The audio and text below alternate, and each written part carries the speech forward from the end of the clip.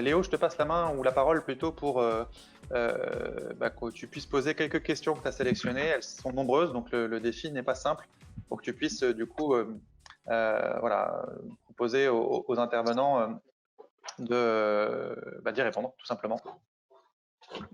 Ok. Merci à tous. Une première question pour Jean-Christophe Chassine de classe. Sur les cartes de rendement, est-ce que la prise en compte des tournières ou les moments où la barre de coupe n'est pas en pleine coupe, est-ce que c'est des éléments qui sont pris en compte dans les cartes de rendement qui peuvent être fournies? Justement, j'ai abordé ça sur une slide. On peut, à travers la batteuse, avoir ce qu'on appelle des sections, donc pour justement calculer automatiquement quand la machine n'est pas à pleine coupe pour avoir des données plus fiables. On peut le faire aussi, c'est vrai.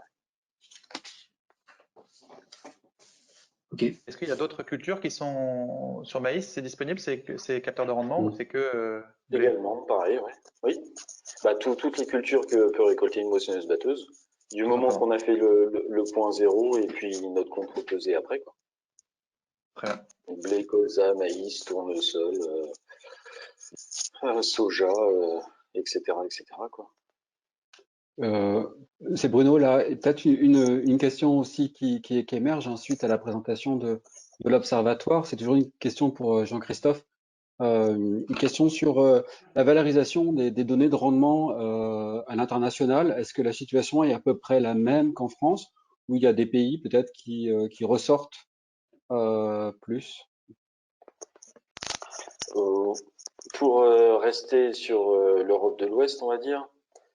Donc, par exemple, il y a l'Angleterre, par exemple, qui est très en avance par rapport à nous.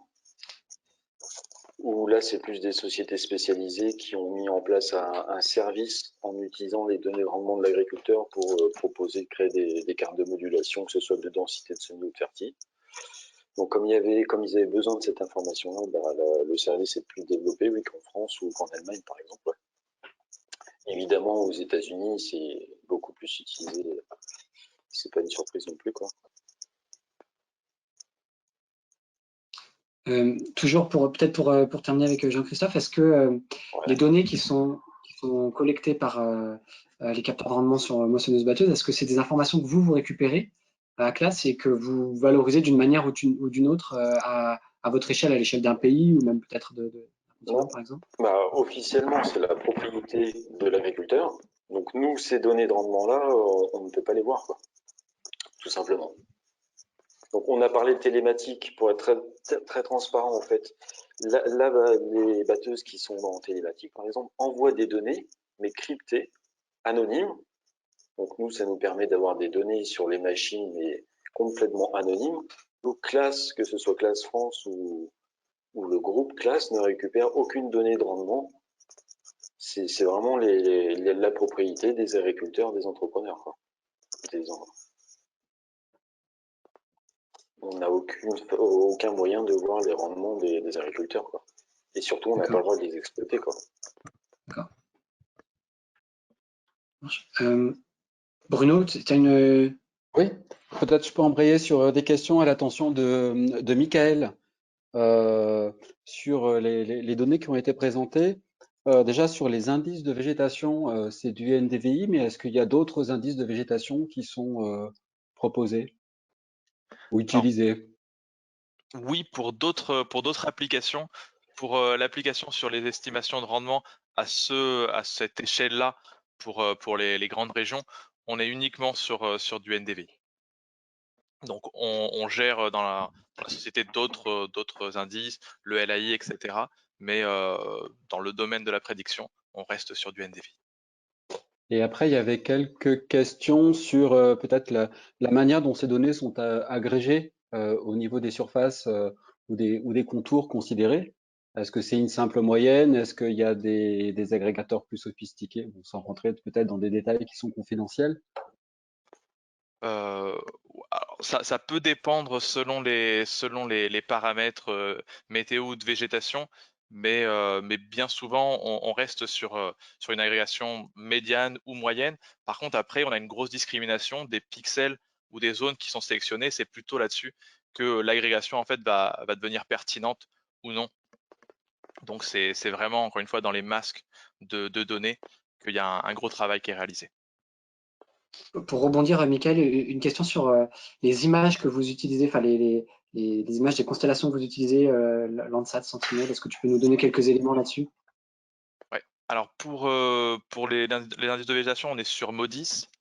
Et après, donc en routine, on est vraiment sur du MODIS à 250 mètres. Et après, on a en support d'autres sources, notamment Probave, qui, si on a des problématiques avec MODIS, sont là pour substituer, encore une fois, cette constellation. Ok, peut-être une dernière question pour toi, Michael. Tu as présenté des prévisions à l'échelle de grands bassins de production. Est-ce que Geosys propose aussi des prévisions à l'échelle parcellaire? Alors, on a effectivement des projets ou des prestations plus à l'échelle parcellaire, notamment dans le cadre de l'assurance. Donc, pour l'instant, c'est surtout pour ce type de débouché qu'on peut fournir encore une fois, des estimations à la parcelle.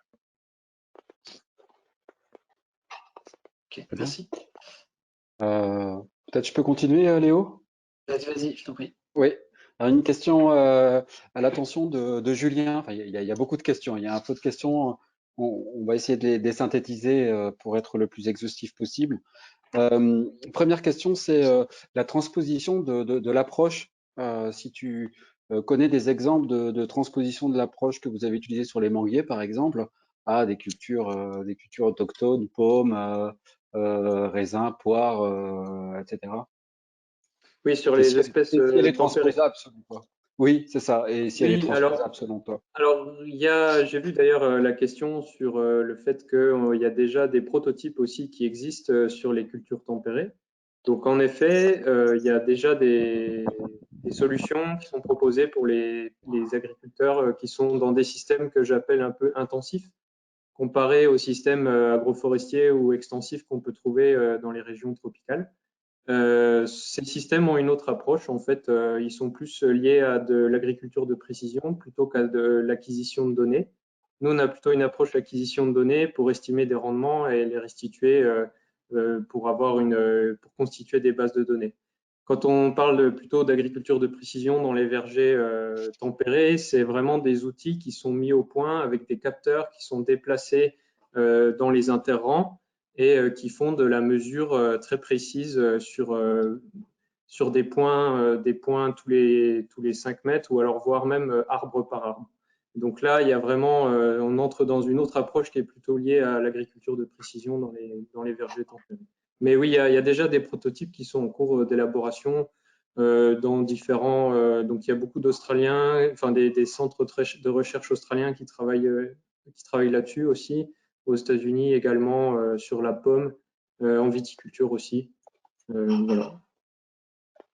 Peut-être une question aussi sur la robustesse de l'outil. En fait, quand on utilise la vision, il y a des fruits qui sont cachés. Alors, voilà. Et donc, du coup, quelle est la robustesse en fonction peut-être de paramètres de développement de la végétation ou de conduite des arbres qui peuvent et comment en fait c'est réglé?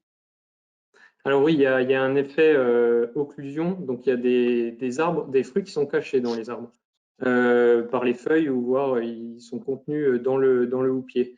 En fait, pour pallier à ce problème, on fait des modèles tout simplement qui relient en fait le nombre de fruits détectés au nombre de fruits estimés, au nombre de fruits réels contenus dans l'arbre. Donc en fait, nous, l'algorithme qu'on a développé pour la détection de mangue, il arrive à détecter plus de 95% des mangues dans l'image, sauf que ce nombre de mangues dans l'image ne correspond pas forcément au nombre de mangues réelles. Donc il faut pouvoir ensuite calibrer des modèles. Et donc là, ces modèles, on les a calibrés donc, par variété, mais aussi par type de conduite, puisque en fait, la structure des arbres sera différente en fonction qu'on est dans un verger intensif destiné à l'exportation où il y a des volumes qui sont, enfin les arbres sont taillés régulièrement, ou alors dans les vergers de petits paysanats qui représentent quand même la majorité des vergers pour la production de fruits tropicaux, hein, je tiens à le préciser. là aussi, on a calibré des modèles exprès pour ces types de vergers, puisqu'il n'y a pas de taille qui est appliquée aux arbres. Donc voilà, en fait, on a une stratégie plutôt de modèle calibré dans chaque situation, pour chaque variété. C'est pour ça qu'il y a un travail de terrain en amont qui est assez intensif pour récolter des données de calibration. Merci Julien. Une question peut-être pour Philippe. Je vois qu'il y en a plusieurs qui lui sont destinées.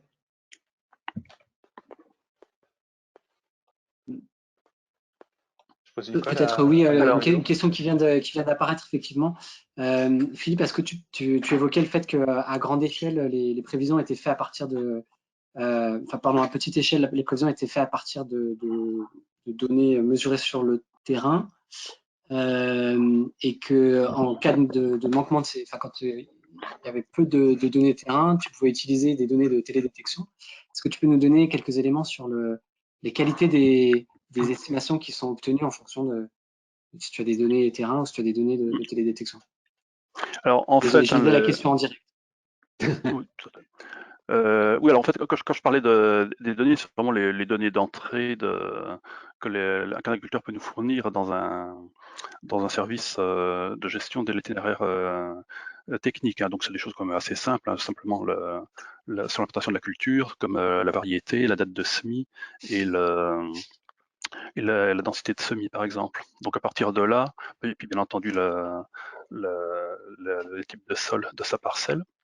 Donc quand on a ce type de données, du coup après le modèle peut prédire le rendement. J'ai une estimation du rendement moyen de la parcelle si les données de sol sont correctes. Et là, du coup, effectivement, avec des certitudes de l'ordre qui arrivent en fin de campagne aux environs de 10% par rapport au rendement réel. Alors après, quand on est en mode plutôt régional, là, bien entendu, après, il y a tout un travail préalable avec l'opérateur avec lequel on veut travailler pour collecter des informations sur les types de sol moyens de la région, sur les dates de semis moyennes au moment de sur les différentes campagnes auxquelles on veut travailler, et il faut faire du coup il y a un travail de calibration sur des scénarios historiques anciens pour voir quels sont les paramètres qui permettent d'estimer au mieux les rendements historiques calculés. Et à partir de là, du coup, là, on a, et bien entendu, en croisant le tout avec les détections qui vont permettre de pouvoir prendre en compte les incidents hors des variables, causés par des variables autres que celles intégrées par le modèle. Donc, du coup, alors en fait, là aussi, je dirais le rendement, la certitude finale est un peu du même ordre là aussi. On fait pas mieux clairement avec le modèle qu'avec des suivis de terrain basés sur les composantes de rendement, comme peuvent déjà le faire des coopératives pour estimer leur collecte, comme ça a été expliqué par exemple par Terre Atlantique.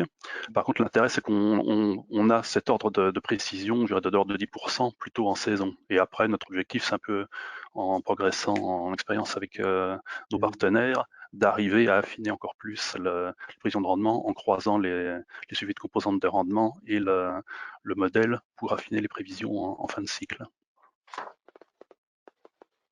Okay. Merci. Peut-être pour clôturer, Philippe, une autre question qui vient d'arriver, mais qui est beaucoup plus courte. Est-ce que vous proposez des services au Burkina Faso ou peut-être plus général en Afrique? Alors, pas actuellement. On lance un projet actuellement au Kenya sur le maïs qui va démarrer dans le courant de l'été.